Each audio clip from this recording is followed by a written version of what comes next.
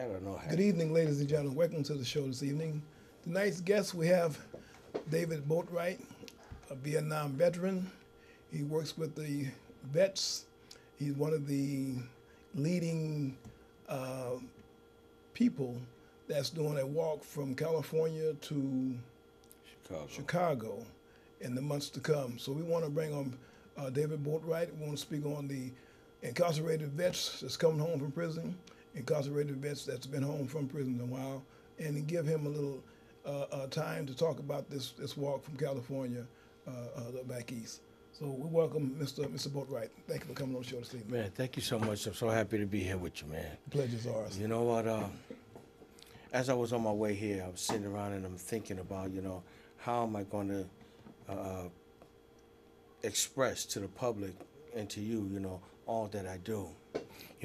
What I've been blessed to be able to do, is because somebody else reached out to me. Mm-hmm. I am that homeless veteran. I'm that guy that people would grab their child and pull close to him when they walk by. My homelessness and my troubles in life, which included going to prison, being arrested a number of times, falling down into drug addiction and alcohol abuse, stemmed from my returning and becoming a civilian again and not being able to fit in anymore. Things were very different for me when I came home. Right. Veterans wasn't celebrated. In my mind, when I signed up to join the military, I've seen all of those old movies and stuff like that, the parade for veterans after they came home after D-Day and stuff like that. Yeah. So, I was looking for that. Yeah. But unfortunately, the time that I came home after the Vietnam era war, veterans wasn't appreciated. Right.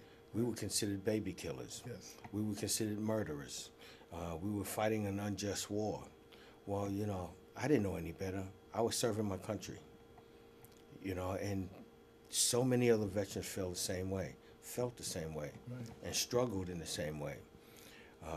They didn't have a term called PTSD when I came home. Mm-hmm. They called it battle fatigue. Right.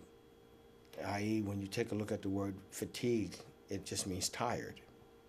Well, anybody that's been in battle 5 minutes is tired of that. Right. That's right. That's Bottom line. That's a fact. Yes. So you battle fatigue from the onset. Mm-hmm. There was nobody to talk to about the nightmares. Mm-hmm. There was nobody to talk to about the fear, the shame, the survivor guilt. Mm-hmm. All of these different things, was coming at me, and I didn't know how to deal with it. Mm-hmm. I did what a lot of other veterans did. I self-medicated. Right. To be able to go to sleep at night, I drank and I used so I could just pass out. Mm-hmm. And that became a lifestyle for me. That became a way of life. I grew up in New York City, Spanish Harlem in the South Bronx. My role models weren't lawyers and doctors and business executives. Mm-hmm. Where I grew up, there were pimps, there was hustlers, there was drug dealers, and there were gangsters. These guys that used to hang out on the corner, and they was always sharp, and they clean suits, brand new Stacy Adams shoes and long Cadillacs, and that's what I went after. My dad taught me a lot about surviving in those streets. When I did finally get clean, when I finally walked into Narcotics Anonymous and I got clean some 30 years later, I was very angry with my dad. Mm-hmm. Like, this is the best you could teach me? How to pimp a woman, how to cut up dope and how to sell dope and stuff like that, and how to survive in the street. So you couldn't have taught me anything better. Thank God for a sponsor that really paid attention to me and he listened to me. Mm-hmm. He told me, he says, you know what? I bet you if your dad was a lawyer, you would have been a damn good lawyer. And if your dad was a doctor, you probably would have been a really good surgeon. Your father gave you the best he had. The best he had.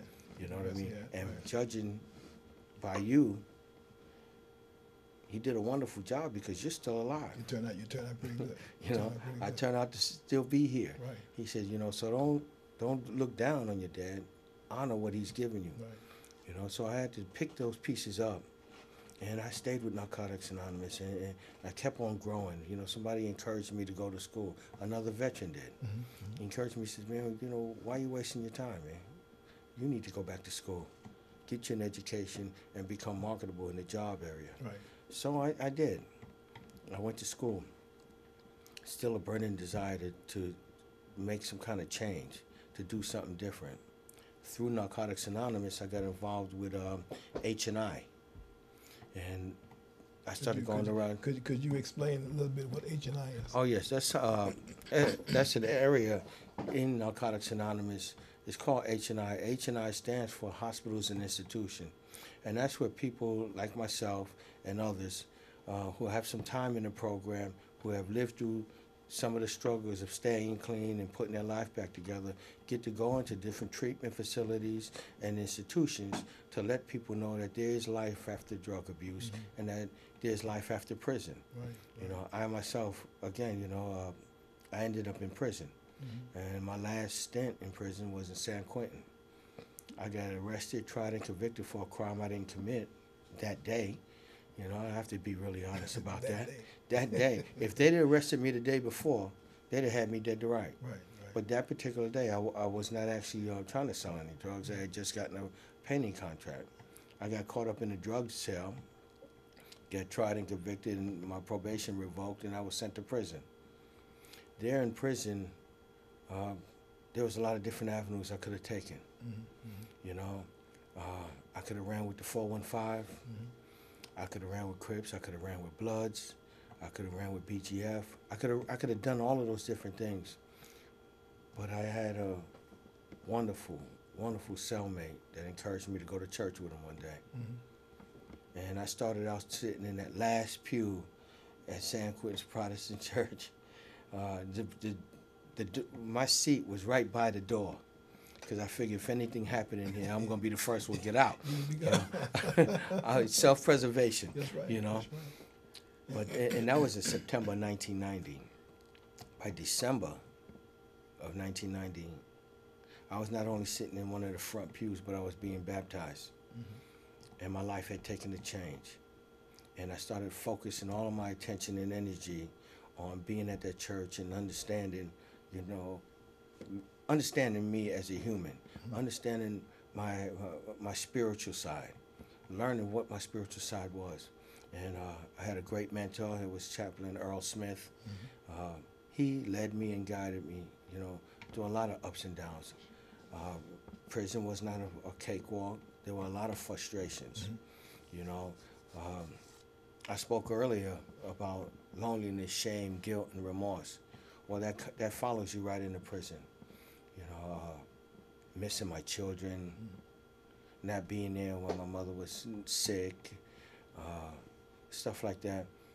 At the same time, I still had to find my way around all of the different conflicts that were going on in the system at that time. I put my foot down and I decided this is the walk I'm going to make. I wasn't hiding in the church. I was growing.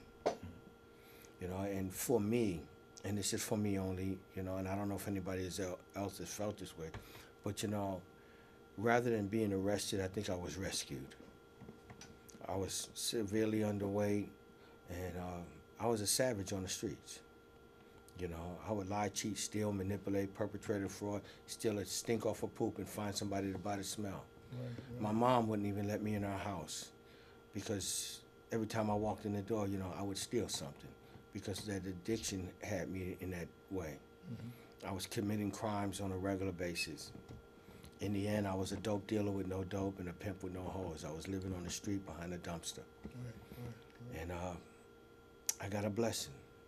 This lady that I had met while I was in prison doing the Kairos prison ministry, she saw me in that gas station, and with tears in her eyes, she begged me to do something different. So I went with her, and she took me to her home. And I found my way to Narcotics Anonymous. And that's where I met JP and so many others that helped me and led me. And JP was one of my very first sponsors in Narcotics Anonymous, and today he's still a wonderful man in my life. Yeah, he's a good man. Good man. He introduced me to clean living, clean fun, took me fishing, took me camping, and showed me that I could have fun and I didn't have to get high and I didn't have to commit a crime. Right. You know, he taught me more about getting back to being what a man is supposed to be, a man. And I fell so in love with what was happening with me. I had jumped at the opportunity to go to another treatment facility and share with them, you know, what had happened for me in Narcotics Anonymous. And the fact that, you know, I'm an ex-convict. You know, JP and Jackie Cuneo and so many others in the Kairos prison ministry worked with me so well that when my sentence and conviction got overturned in the appellate courts, they encouraged me to try to go in with Kairos prison ministry. And I was like, that can't happen. You know what I mean? I'm an ex-con. They're not going to let me back in there. Well, all the way up to the day of that first Kairos prison ministry that I was able to attend, I was on the phone with the warden of San Quentin at the time. And he asked me a battery of questions, you know, like what's different about my life today? What am I doing with my life? Where am I at? Am I working? You know, am I with my family? How am I doing in my community? You know, and I just honestly answered his questions. I said, I'm doing the very best I can. You know, I'm not drinking and I'm not using. I've gone back to school. I've earned my degree, you know, from the University of Pacific. And that, you know, I actually want to go back and tell those men that this is not the end of the line. He said, well, you'll get that opportunity because I'll see you this afternoon. And it was like, wow. Is that right? You know, Right. I'm going back into San Quentin. Now, I need to tell you that, you know, most of my family thought I had lost my mind.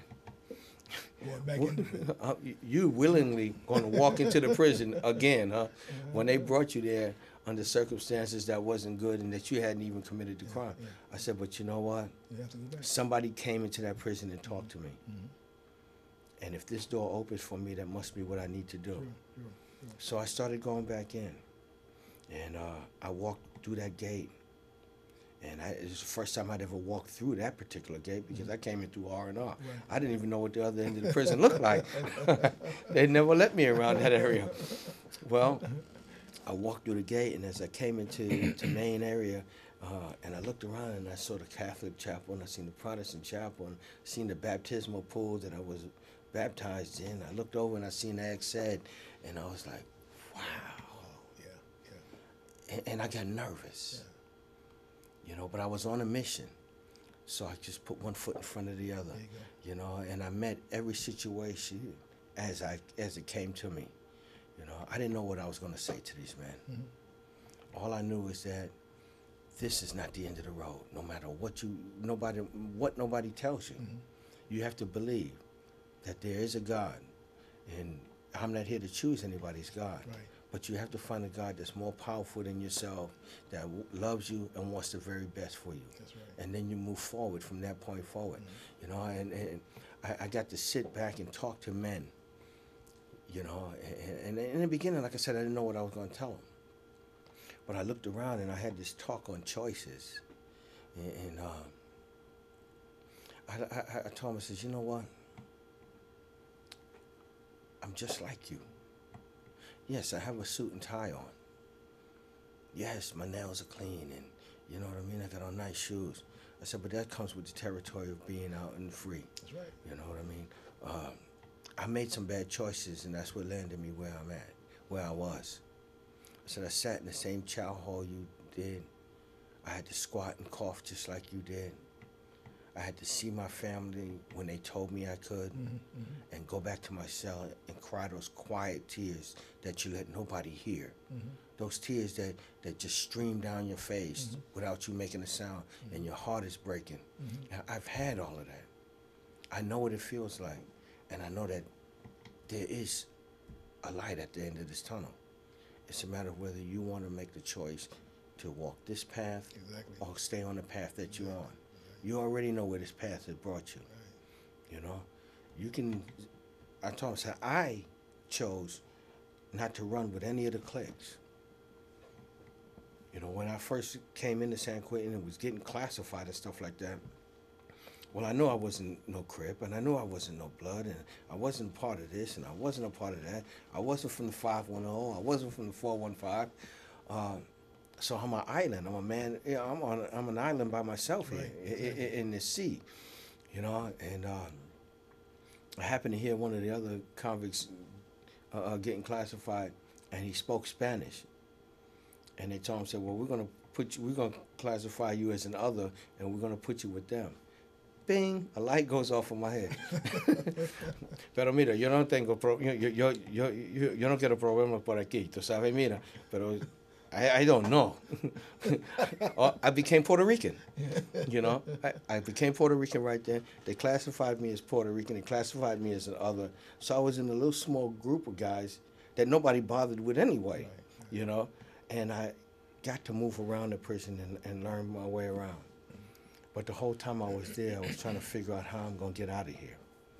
And what am I going to do different? You know, I have to do something different because whatever I was doing, this is what brought me here. Even on a good day when I wasn't doing what I was usually doing, I ended up here anyway. So I got to change something. And I started working on those things. You know, right there in the prison, I became a part of the San Quentin Mass Choir. I was an usher in the church. I went to Bible study, went to praise and worship. And, you know, I just feel every 620 movement, and those of you out there that know what a 620 movement is, that don't know what a 620 movement is, that says 6:20 in the evening, they allow you to go around and hang out and move around a little bit, you know, so you have opportunities and you have choices. Like I said, you can go down on a lower yard and pump weights. You know, you can jog around a little track. You can go sit down and play dominoes or pinochle. Or you can talk prison politics and gang politics. For a few hours. For a few hours. A few hours. But I chose to go to the church. Right. And many a night, I was the last man walking, last convict walking across that upper yard in San Quentin. Had to bang on the big old metal door for Donna section for them to let me in, you know, so I could go to bed. You know, so for a while, it was like I was only in prison when it was time to go to sleep because the rest of the time we were filled with doing something. I had my regular job, you know. I was an office machine repairman, which surprised me because I didn't think I could learn to do these things. But here I was working on IBM Selectrics, fixing copy machines and stuff like that. So I got to move around the prison and move around in the administration, and I saw things that I wanted. And what I wanted most was a better life. Dave, let me ask you a question. You went to prison. Was that your first time in prison? No. Okay, you had been in prison a few times. Yes. Prior to you. Yes. So that light coming on.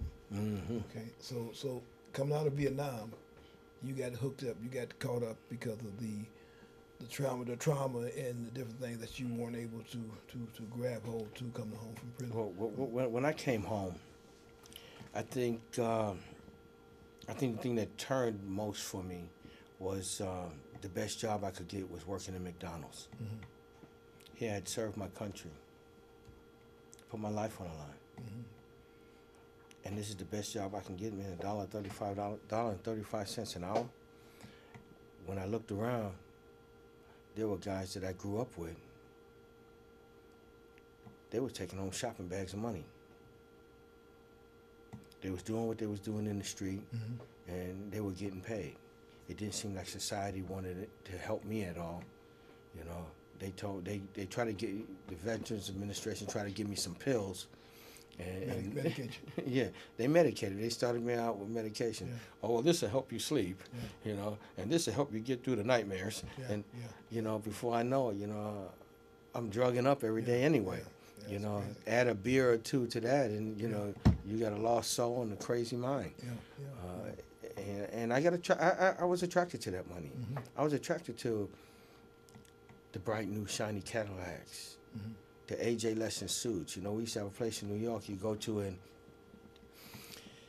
you pick out, you bring in a pattern, pick out your material, and come back in 2 weeks, and that suit is made just for you. Right. You know, and that was the deal. You know, that's what everybody, you know, was looking for. That showed your stature. That showed who you was. You was somebody. Right. You know, if you was clean and had some paper in your pocket. McDonald's wasn't going to do that for me. So that's how I initially got caught up. also got caught up in one of the biggest lies told to America, Black America particularly. And that is that, when I was a youngster, I went to go see Superfly. Whoa. Now, Oh, yeah. Superfly, I'm not knocking the movie, but the Yeah. message it sent was horrible for us as a people, Messed up a generation of people. a whole generation. Yeah. Here was a man that sold dope, snorted coke every day, Yeah. Yeah. and in the end, he rides off with not only the pretty car, not only a bag full of a suitcase full of money, but he got the pretty woman with him too, Yeah. and they drive off in the sunset. Yeah. Yeah. Well, sure, I'm gonna be like that. Yeah. Yeah. I had the long rabbit fur coat, Yeah. with the little leather diamonds in it. Yeah. I had the hat, I had the shoes. I Yeah, went after all of that. That movie sold a dream to a bunch of people that was false. It was a false And dream. ruined generations of people. A Matter of fact, whole still generation. ruining people Yeah. to this day. Yeah, because some of us still believe it. Yeah. Yeah. Believe it's possible. Yeah. I got caught up in all of that. I didn't think about going to school to become this or become that, to do. I left my real dreams by the side of the road, and I was living for right now because I really didn't care. Society didn't want nothing to do with me. My family didn't understand me, and I couldn't tell them that I was crying in the middle of the night, because of the visions that I saw in my head that would revisit me in my dreams. Some of the very horrible things that servicemen have to go through and walk through and see. And if there's any servicemen out here listening, you know what I'm talking about. Yeah. We see things that we never dreamed of seeing. We do things we didn't even know we was capable of. But we learn to tough it up, put our chin up, and keep on walking. Well, all of that stuff comes back to us. And without a helping hand, we get trapped. So let me ask you, what are you here today for? What are you here to tell the vets, the Vietnam vets, the formerly incarcerated, the not formerly incarcerated Vietnam vets? What are you here to tell them? Well, I'm here to tell them that, you know what? We have a program in Chicago that is called Dahl Incorporated. We have 24 acres of land. We have 10 acres of land, 24 structures, and 96 units that we're renovating so that we can give veterans an opportunity to get their feet on the ground. We're going to have counseling there. We're going to have group therapy there. We're going to have a daycare there, so you don't have to worry about your children. They will be taken care of, and you'll be given opportunity to get some job training, learn some new skills, and get your feet back on the ground and get your family together. What I want to tell the veterans out there is that, we go through a hard time. I know it so very well. We struggle. But we can't keep this to ourselves. By myself, I landed myself in prison and became a scourge of society. With the help of other veterans that have walked through some of the things that I've had to climb through, somebody gave me a hand up, not a handout. And because of that, I work very, very hard with veterans today. Formerly incarcerated or not incarcerated, a veteran is a veteran, be you red, yellow, black, white, or brown. It's not a color thing. Right. The real deal is that, we're all one family. And they taught us to be conquerors. So if you can hear the message that I'm trying to send you, and that is that, you got to get up. We were taught not to accept defeat. We have a lot of wonderful things going on right here in the Bay Area for veterans. For the past 2 weeks, I've done stand downs. Stand down, East Bay stand down was held in Pleasanton at the Pleasanton Fairgrounds.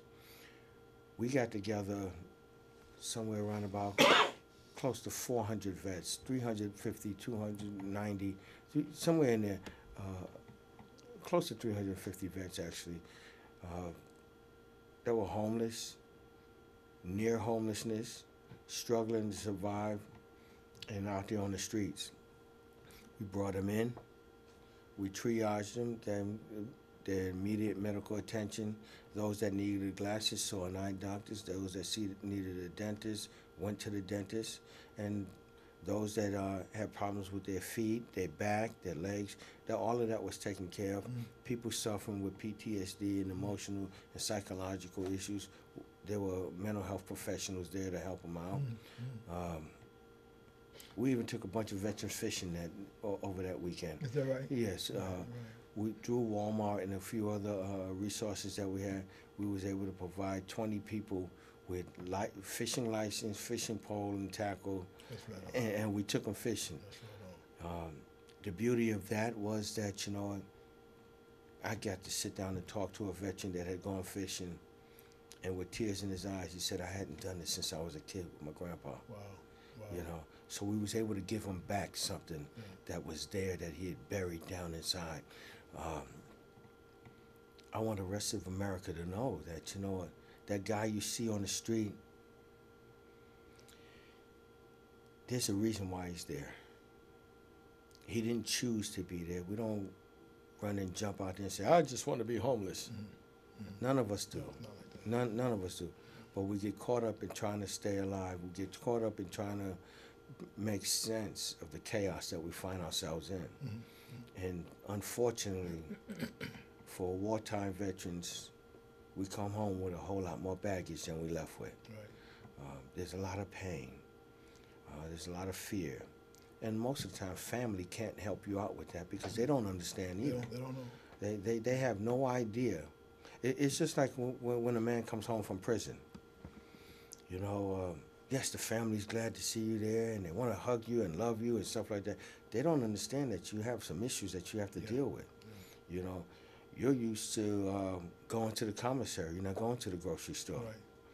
You're not used to walking out the door whenever you want to, opening a refrigerator and picking out what you want to eat. You don't have that luxury. When I first came home from San Quentin, that's exactly what I did. Yeah. I walked in the house, and then I turned around and walked back out. I opened and closed the door behind me each time. I stuck the key in there and opened it because that felt like I had some power back. I opened a refrigerator door and I just stood there and I pondered, what do I want to eat? I can eat anything. I can eat anything I want. Whether it's the strawberry that's down in the little cooler part or ice cream, or I could fry me some bacon, I could fry me a hamburger. I could do anything I want. Wow. You had choices. You're right. You had choices, yeah. I was giving back some choices. We don't know how to express to people that we have to relearn this stuff. We used to jumping up early in the morning, standing in front of our cell and ready to walk out when they break the bar. So to get up and walk around and be in your own room takes a little bit of getting used to. Yes, it does. And depending upon what you've had to go through while you were in prison, you bring some of that home with you. Yes. Whether it's affiliations with other folks or some trauma that you have gone through. Right. And for that, we do need professional help. We need somebody that we can sit down and talk to. And when I say professional help, I'm not necessarily talking about somebody with a degree that hangs on the wall. Right, exactly. When I say professional help, I'm talking about another man or woman that's been there and done that and found a way out. Been in the trenches, right?